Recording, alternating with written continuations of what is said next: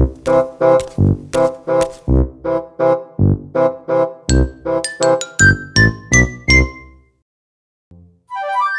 fakta modus saat nonton film horor.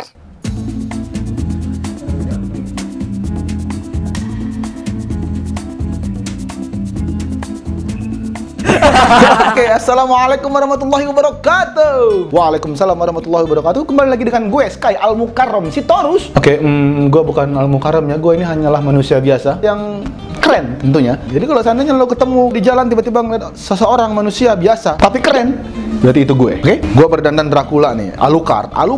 Wahai kalian manusia, wahai kalian 7 manusia harimau dan ganteng-ganteng serigala, kutunggu jandamu loh. Gua akan memberikan 7 fakta modus saat nonton film horor.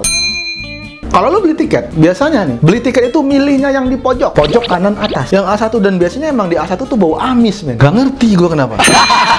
Biasanya biasanya nonton film itu yang orang lain tuh jarang nonton. Film horornya jelek, maksudnya ceritanya jelek dan orang lain nggak suka. Jadi orang lain nggak ada yang mau nonton, jadi mereka aja yang nonton berdua biar bisa. Udah duduknya di pojok, nontonnya berdua. Aduh. Kayak film apa yang sedikit ya penontonnya ya? Kayak misalnya hantu mantan perawan karena nggak mau dipakai pacar akhirnya dibunuh.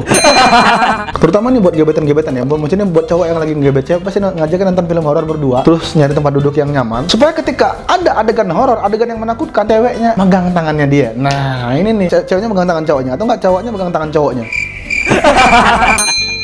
Biar bisa dipeluk. Asik. Cowok-cowok tuh emang suka gitu, men. Kenapa ngajak ceweknya atau ngajak gebetannya nonton film horor? Biar supaya kalau lagi takut, yang tadi pegangan tangan, kalau misalnya takut dia memuncak, larinya ke pundak, ke dada. Biar bisa deket-deket. Cowok itu kenapa milih filmnya horor untuk mengajak gebetannya atau pacarnya atau siapanya untuk meminta perlindungan secara tidak langsung, karena menutupi gengsinya. Akhirnya dia cuma duduk merapat aja sedikit, paling nggak dekat. Kenapa cowok-cowok itu kebanyakan lebih memilih film horor daripada film-film yang lain, misalnya karena disitulah saat dimana dia bisa sok berani, sok pahlawan, sok sebagai orang yang bisa melindungi cewek ini. Nah, kayak seakan-akan dia tuh siap pasang badan, men. Set, begitu ceweknya ketakutan, dia cuman sudah nggak apa, tenang aja, ada aku kok. Tenang aja, kamu tenang aja. Selama ada aku, nggak bakal ada yang bisa nakut-nakutin kamu. Nggak apa. Ada aku.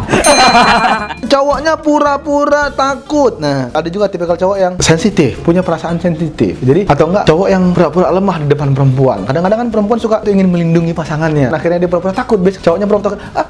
Ntar si ceweknya, kamu kenapa, kamu nggak apa-apa? Nempel di tete.